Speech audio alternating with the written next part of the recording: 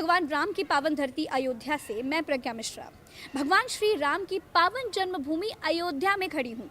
राम राज और रावण राज दोनों को यहाँ की धरती ने बड़े कायदे से महसूस किया है। आज मैं आपको कलयुग में राम राज रिटर्न्स के बारे में बताऊंगी। जब राम राज वापस लौटाने की गारंटी दी जा रही है, तब आज के मार्केटिंग वाले राम राज के बारे में बताऊंगी। रामराज की ताज़ी रिपोर्ट में जो गृह मंत्रालय ने संसद में बताया है, उसके मुताबिक अकेले उत्तर प्रदेश के भीतर 40% लोगों के अधिकारों को कुचला गया है। यानी 40% में 10% अगर और जोड़ दीजिए तो पूरे भारतवर्ष के 28 राज्य और 8 केंद्र शासित प्रदेशों में अकेले उत्तर प्रदेश में सबसे ज़्यादा मानव अधिकार उल्लंघन के मामले दर्ज किए गए हैं। जो लोग मानव अधिकार के उल्लंघन शब्द को नहीं समझ पा रहे हैं, उनके लिए थोड़ी आसान भाषा में बता देती हूँ।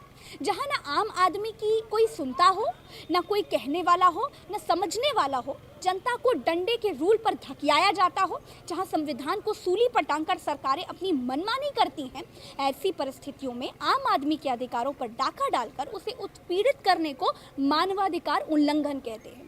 पुराणों में इसी को अंधेर नगरी कहा गया होगा।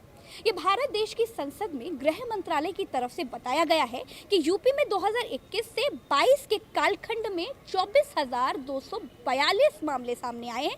पिछले 3 सालों का रिकॉर्ड देख ले अगर, अकेले उत्तर प्रदेश में 40% केसेस के साथ बहुत आगे है।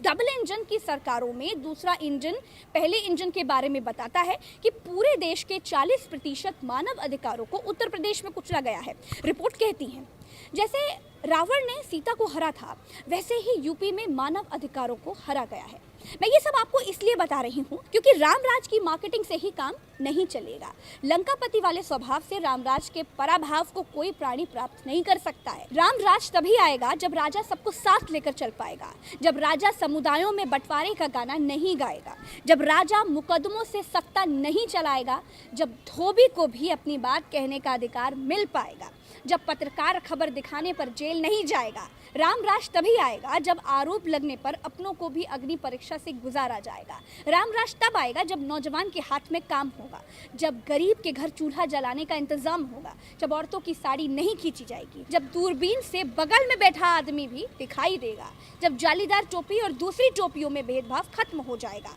रामराज तभी आएगा जब राजा का विधान और अम्बेडकर का संविधान बराबर होगा, जब दलित की भी दाल गलेगी और जब औरतों को आधी रात में निकलने की आज़ादी मिलेगी। चलते हैं। राम राम व सलाम, जय हिंद। रामराज चुनावी जुमला नहीं है दोस्तों, रामराज मार्केटिंग भी नहीं है। रामराज के लिए राम होना पड़ता है, मर्यादाओं का बंदी होना पड़ता है। धर्मों को मोहरा बनाने वाले राजा कुछ साल तक राज तो कर सकते हैं, लेकिन राम जैसा चक्रवर्ती राज नहीं कर सकते। धन्यवाद।